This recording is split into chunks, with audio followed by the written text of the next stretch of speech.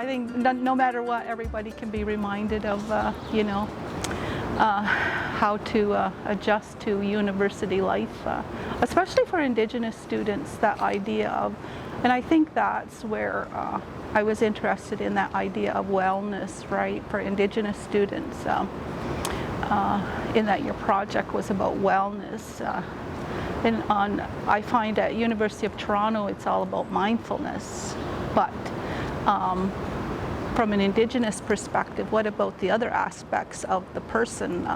You know, not only the mind, but what about the body and the spirit? You know, they'll have to come together as an Indigenous student to comprehend fully whatever the task might be, you know, within those, you know, whether it's rigorous activity or the spiritual aspects of it, or yeah, as a student, the mind, the use of the mind, how to balance that all out. But yeah, so I think mainly that's why I was interested. So with the, even though I'm Mohawk, Haudenosaunee, I'm from the Haudenosaunee, the traditional Haudenosaunee community, the idea of wellness is more of the holistic aspect that I bring, you know, my understanding and passing along teachings along that. But in saying that, the tool that I use is the Anishinaabe medicine wheel, because I think it's more of a visual that actually shows balance within the self, you know. So just the simplicity in that teaching of for students to be exposed to the fact that there's a mental aspect, there's a physical aspect, there's the spiritual aspect, and there's the emotional aspect, you know. So at any point of, if there's pressure on any of these, I guess, spheres within us, it's going to kind of, that's what's going to well up, right, and override whatever. So if a student's having, say, especially in COVID, you know, that emotional issues is all part of the, added to that stress, you know, and isolation from family, and so the emotions all get worked up. So when the emotions well up for Indigenous students, especially in their sense of community, that sends blockages in those other ways. You know, we can't eat, you know, we don't want to go out. So it's all about emotions. So until something, but in mindfulness, it's concentrating on the mind, you know, how do you relax the mind? But really, there might be nothing wrong with the mind. You know, it's something else that's overriding that part. So that's just kind of, I guess that's my perspective on how I see and go about trying to help the students. As a learning strategist, of course, it's about, you know, successfully maneuvering through your studies, your coursework, and things like that. So, but if something is overriding, especially at First Nations House, then, you know, like, well, before we get started, maybe you should go talk to the elder, you know, or once leave here, make sure you try and get in a talk with the elder, because there's other things going on, you know, it might be something back home, or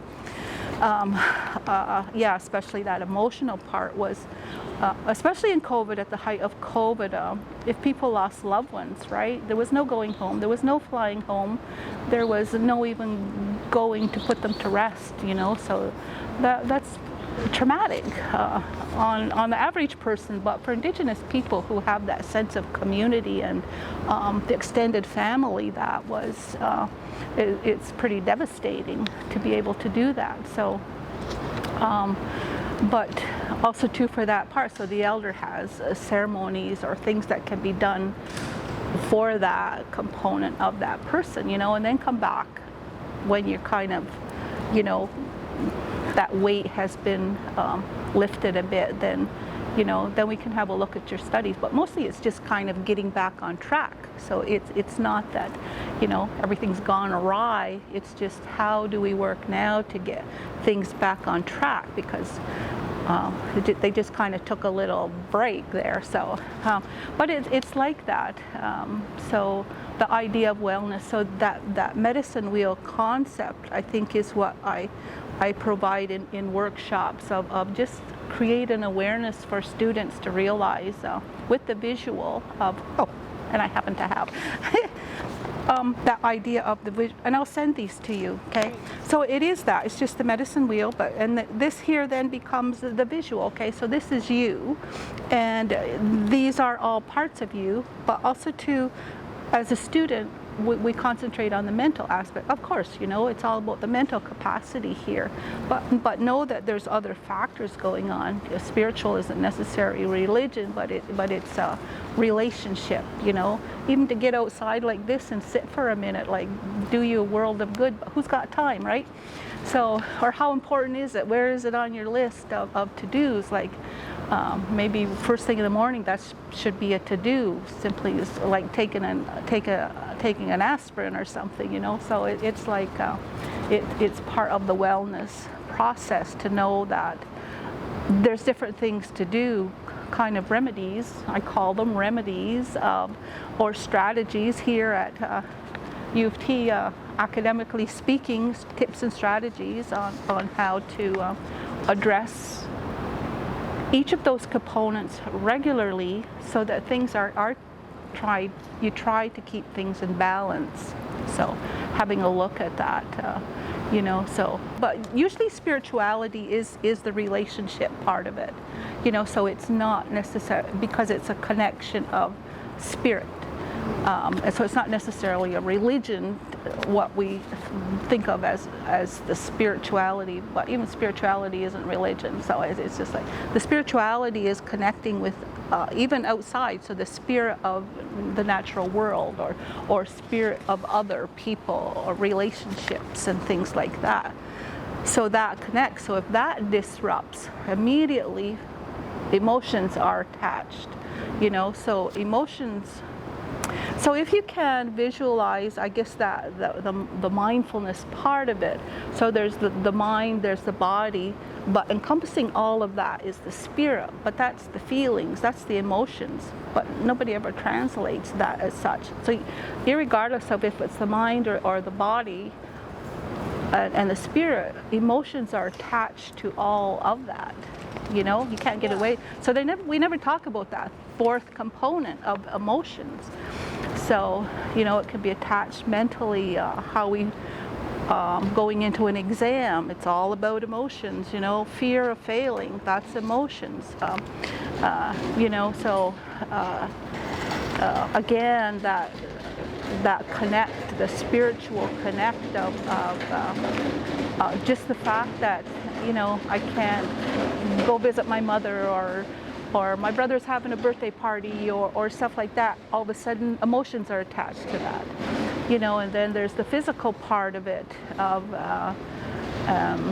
you know, especially in COVID, you know, not being able to get outside, or students being isolated in their dorm or in their rooms, or, you know, right away it goes to that depression. So that's feelings. So emotions are attached to even the mental, the physical part of that. The emotions is so intertwined, almost like a DNA in all of those. You can't get away from emotions irregardless. You know, you're going to feel some kind of emotional effect to any degree in any one of the other, but emotional is certainly a major component in there. So there's different ways that you can deal with your emotions, you know, you know, a lot of that was, you know, simply zoom into your family regularly. You know that on Sunday you have this connection or something. So that kind of helps relationships, or, you know, you can't do very much, but at least, you know, I recommend sometimes even if you just get out and walk to the end of your block and back. You know, you don't have to be a walker, but just get outside and go for a little walk because everything outside is positive. You know, all that positive energy is out there. So even if you're out and about a bit, you're going to soak up something positive, you know. So I even advise they set a timer every hour. Set a timer, get up, just to stand up, stretch, you know, go get a drink or something. You've moved in that hour. So, because lots of times they'll sit, you can easily sit for like 5-6 hours, and all of a sudden it's just like, that was like 5 hours ago, you know, where's the time gone? So, but in that, yeah, we can do that mentally, but the body needs to move. Yeah, so that affects then the physical part of it. Then affects. So all of a sudden you have aches and pains, and you know. So if that gets too bad, then you know, keep you awake at night. So there you go. You're, you know, overextending onto the mental part of it because you have to be fresh in the morning for a test or something. So it's yeah, that idea of how all of those parts are interrelated, but even just that simple awareness of these are the components of yourself. So know that if something's going on, it's going to affect other parts or your other activities, you know, that you're involved in.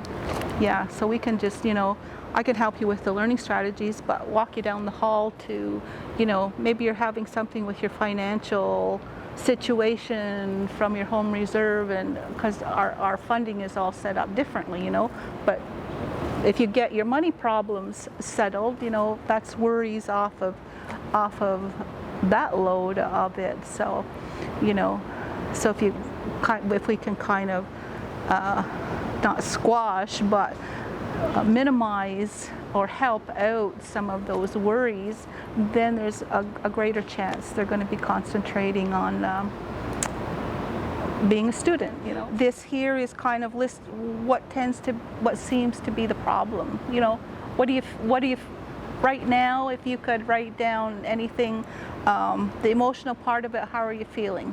That goes in there. You know, the physical part of it, you got aches and pains. Usually with stress and worry, then they're not eating, so they have poor indigestion, that kind of thing. The mental part of it, it's just totally, you know, brain dead, overworked. And the spiritual part of it is, yeah, the no time, the disconnect. So then what can I do maybe in the next, you know, have a look at it in the next couple of months or something. Put down try and write one thing that I'm going to work on.